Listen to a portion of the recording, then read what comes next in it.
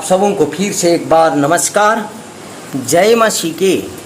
मेरे प्रियो, आज फिर आप लोगों के बीच में हम सावधान रहो कोई तुम्हें न भरमाने पाए शीर्षक लेके आए हैं। मेरे प्रियो, प्रभु यीशु ने अपने सेवकाई के दौरान अपने चेलों से कहा हुआ ये गंभीर वचन है, लेकिन आजकल कलीसिया में हो इस वचन को गंभीरता से नहीं लिया जाता है। क्यों ना मैं आप नहीं हूँ, बहुत बार बहुत समय हम लोग भुतला जाते हैं ये वचन को। मत्ती रचित सुसमाचार 24 अध्याय 4 और 5 पद को हम लोग देखेंगे। 4 पद में बोलता कि यीशु ने उनको उत्तर दिया, सावधान रहो कोई तुम्हें न भरमाने पाए, क्योंकि बहुत से ऐसे लोग होंगे जो मेरे नाम से आकर कहेंगे मैं मसीहा हूँ और बहुतों को भरमाएंगे। हालेलुया। मेरे प्रियो, हम बार बार कह रहे हैं ना, आज हम देखते हैं कि कलीसिया का बाहर यीशु का तस्वीर से लेके रोमाल, तेल, पानी और क्रूस आदि का बाजार सजा हुआ हम लोग पाते हैं। क्यों ऐसा होता, हम भी ताज्जुब करते हैं इस बातों को देखते हुए। बाइबल में तो हम कहीं भी नहीं जानते हैं कि लोग पानी से चंगे हो गए, पानी का बाजार लग गया, तेल से चंगे हो गए, तेल का बाजार लगा, नहीं। लेकिन बाइबल में हम यह पाते हैं कि लोग यीशु का शिक्षा में प्रभावित होते हुए यीशु जहाँ जाते थे वहाँ लोग जाते थे। यीशु के बाद में चेलों के साथ भी यही हुआ। लेकिन बाइबल में कोई दुकान का जिक्र नहीं होने से भी पावल का रुमाल के द्वारा और पत्रस का कपड़ों के द्वारा रोगी और बीमारों को चंगा हुआ तो आप और हम पाते हैं।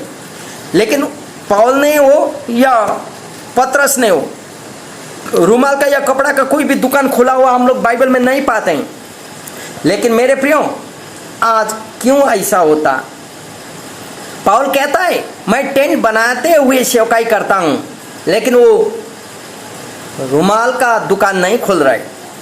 हाँ, याकूब एक जगह में कहता है ना, ते रोगी बीमारियों के पास में मंडली के अगुवे लोग आते हुए तेल से मल कर प्रार्थना करे या तेल से मसाज करते हुए प्रार्थना करे, कहता है। और लेकिन आजकल वही तेल का दुकान सज गया है, चाहे अभिषेक का तेल का नाम में हो चाहे कोई का। मेरे प्रियो, हम बार बार अगले वाले मैसेज में भी हम कह रहे थे, फेसबुक हो या यूट्यूब या कोई भी मीडिया के द्वारा क्यों ना हो, बहुत सारी ईसाई शिक्षाओं को हम पाते हैं। लेकिन क्या वह शिक्षा बाइबलीय सिद्धांत में आधारित है या नहीं? कभी आप और मैंने सोचे ये बात? जो शिक्षा हम लोग सुनते हैं लोगों के द्वारा, उस शिक्षा के बाइबल का आधारित है कि नहीं? हम देखते हैं कि लोगों के द्वारा बहुत ज़्यादा चिन्ह और चमत्कार होते हुए हम लोग पाते हैं। हम ये सब प्रभु के द्वारा नहीं हुआ ना कह रहे हैं, हाँ है प्रभु के द्वारा हुआ है, बल्कि लोगों का विश्वास प्रभु यीशु से ज़्यादा वह पास्टर या वो प्रचारक के ऊपर में हम लोग देखने से हमको भी ताज्जुब लगता है। मेरे प्रियो, कितने लोगों को तो मैंने दिखा है कि उनका संदेश को सुनकर या देख कर रोते भी हैं। हाँ, रोना, प्रभु का प्रेम को समझते हुए रोना चाहिए और प्रभु पवित्र आत्मा ही उन लोगों को रुला लेता होगा। लेकिन आपको मालूम है, प्रेरित 17वां अध्याय 11 से 11 और 12, प्रेरितों के काम 17वां अध्याय, प्रेरितों के काम 17वां अध्याय, यहाँ देखें क्या बोलता है बाइबल।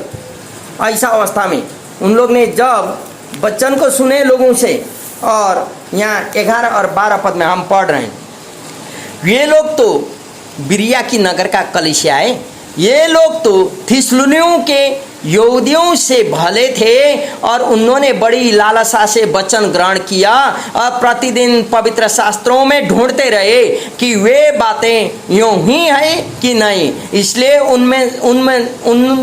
उनमें से बहुतों ने और यूनानी और कुलीन स्त्रियों ने भी और पुरुषों ने भी बहुतों ने विश्वास किया। हालेलुया।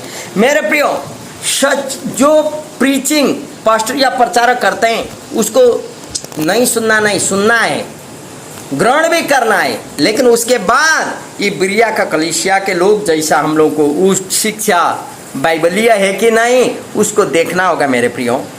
सच्चाई बाइबल का मुताबिक सच्चाई है कि नहीं, ये वचन में से बाइबल में से निकाला हुआ है कि नहीं। बिरिया का कलीसियाओं का लोगों को जैसा आप और मुझे भी चेक करना होगा।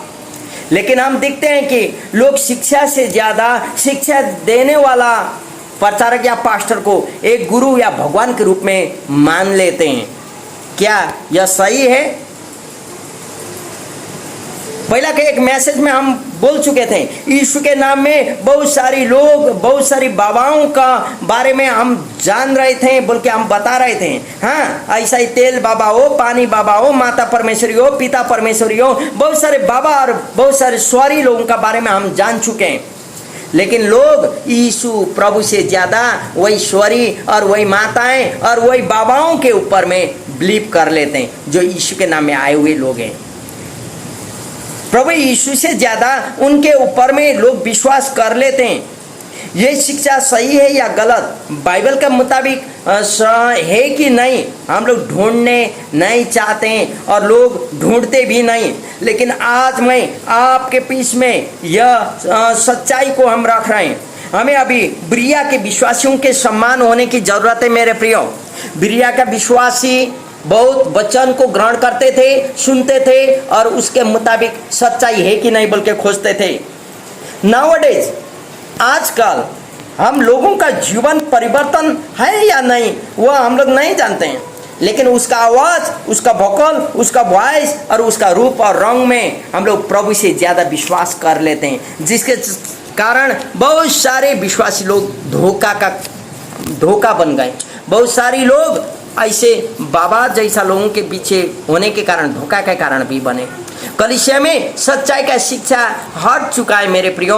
आजकल सच्चाई का शिक्षा के बदले लोग लेन देन की बात होती है कलीसिया में, व्यापार और बिजनेसों की बात होती है कलीसिया में। पहला का कलीसिया में जो शिक्षा था, यीशु की शिक्षा, वो शिक्षा आज भुतला गए लोग। क्योंकि तिमोथी के पुस्तक में जो कहता है ना, कितने लोग तो अपना पेट भरने के लिए सेवकाई करते हैं। बोलता हाँ, यदि मैं पिता के लिए या आप पिता के लिए सेवकाई करते हैं तो पिता जरूर आपका उस मजदूरी को देते हैं। क्योंकि पौल कहता है मजदूरी को मजदूर मिलना चाहिए। दावनी करने वाले बैल का मुख मोहरा लगाना नहीं है, मोहरा लगा के बंद करना नहीं है मेरे प्रियो। इसलिए आप और मुझे प्रभु यीशु ने पहले कहा, कौवा और फूलों का उदाहरण देके कहा, उससे बढ़कर आप और हम हैं। इसलिए मेरे प्रियो, आज कलीसिया में जो व्यापार और बिजनेस, हम व्यापार बिजनेस नहीं करने की बात नहीं कर रहे हैं, लेकिन तेल, पानी, नीमक और बहुत सारा रूमाल, कपड़ा, क्रूस, अरे और जीसस का दया सागर या जीसस फिल्म से निकाला हुआ जीसस का फोटो, तस्वीर इत्यादि का व्यापार का बात कर रहे हैं। ये चीज़ों को ज़्यादा दे रहे हैं लोग। और बाइबल में हम लोग जो चीज़ों को नहीं पाते हैं वो चीज़ बाइबलीय नहीं है, हम यह कहते हैं। लेकिन जो चीज बाइबल का वचन में लिखा है वही चीज बाइबलीय सिद्धांत का आधार में है मेरे प्रियो। फिर हम एक बार दोहराने चाहते हैं, आइए मेरे साथ। मत्ती 24:25 में यहाँ क्या कहता है, वही बोलता है बहुत सारे लोग आएंगे, हो सके यीशु के नाम में आएंगे या मेरे नाम में बोलते हैं यीशु, हो सके चुने हुए लोगों को भी भरमा डालेंगे। हालेलुया मेरे प्रियो। इसलिए आज हम एकार्का से दूर हैं कोरोना के कारण, क्योंकि कोरोना के कारण हम मठ हो, मंदिर हो, मंडली हो, सभी डिजिटल हो चुका है मेरे प्रियो।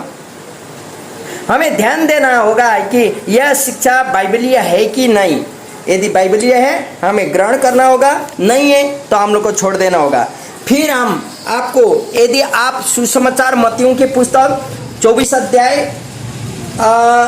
यदि पढ़ेंगे 36 पद से 44 तक, या मरकुस रचित सुसमाचार 13 अध्याय 32 से 37 तक, अर्थात लूका रचित सुसमाचार 17 का 26 से 30 तक पढ़ेंगे तो वहाँ प्रभु कहता है कि जागते रहो। इसका मतलब हमें तैयारी होना होगा मेरे प्रियो। आप और मुझे तैयारी में रहना होगा। हम पढ़ रहे हैं मत्ती 24 का 26 से 30 तक। यहाँ क्या बोलता है, यहाँ ऐसा बोलता है मत्ती 24 36 से 44 यहाँ ऐसा बोलता है, उस दिन और उस घड़ी के विषय में कोई नहीं जानता, न स्वर्ग के दूत और न पुत्र, परंतु केवल पिता। जैसे नोह के दिन थे वैसे ही मनुष्य के पुत्र का आना भी होगा। क्योंकि जैसे जल प्रलय से पहले के दिनों में, जिस दिन तक कि नोह जहाज पर न चढ़ा, उस दिन तक लोग खाते पीते थे और उनमें विवाह होते थे, और जब तक जल प्रलय आकर उन सब को वहां न ले गया तब तक उनको कुछ भी मालूम न पड़ा। जैसे ही मनुष्यों के पुत्र का आना भी होगा। उस समय 2 जन खेत में होंगे, एक ले लिया जाएगा। उस समय 2 जन खेत में होंगे, एक ले लिया जाएगा और दूसरा छोड़ दिया जाएगा।